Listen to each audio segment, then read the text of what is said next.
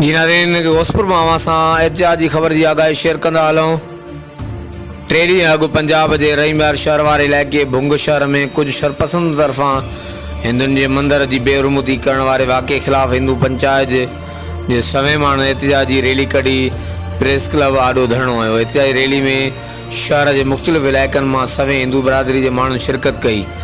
Rally जी अॻुवाणी हिंदू पंचायत जे मुखी सुरेश लाल, चौधरी रमेश लाल, रोशन लाल, मुनवर लाल, दीवान माड़वाई, प्रेमचंद माड़वाई ऐं ॿियनि कई। रैली शहर जे मंदर चौक खां थींदी मुख़्तलिफ़ बाज़ारनि में गश्त कंदी मोन प्रेस क्लब वटि पहुती। इन मौक़े ते अॻुवाणनि मीडिया सां ॻाल्हाईंदे चयो त रियासत मदीना जे दावेदार हुकूमत अक़लियतुनि खे तहफ़ुज़ ॾियण में मुकमल नाकाम थी वई आहे।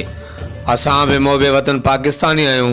असांखे मुख़्तलिफ़ तरीक़नि सां टारगेट करे लॾाइण जूं कोशिशूं कयूं पियूं वञनि। अॻुवाणनि चयो त अहिड़नि शरपसंद जे ग़लीज़ हरकतुनि सबबि न सिर्फ़ु मुल्क बदनाम थिए थो पर इस्लाम लाइ बि ग़लति तासुर पखिड़िजे थो।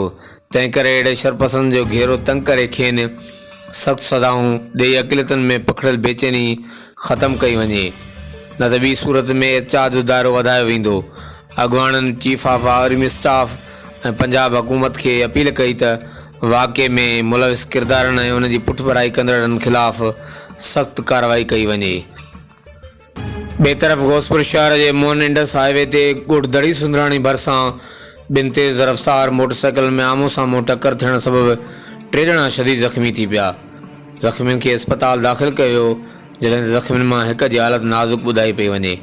मिल ॼाण मूजिबि ॻोठ दड़ी सुंदराणी भरिसां मोहन इंडस हाईवे ते 2 तेज़ रफ़्तार मोटरसाइकिलुनि जो आम्हूं साम्हूं टकर थी पियो, जंहिं जे नतीजे में कंदकोट वासी साजन सब्ज़ोई, ॻोठ जाम बालकाणी वासी अब्दुल गफ़ार बालकाणी समेत 3 ॼणा शदीद ज़ख़्मी थी विया।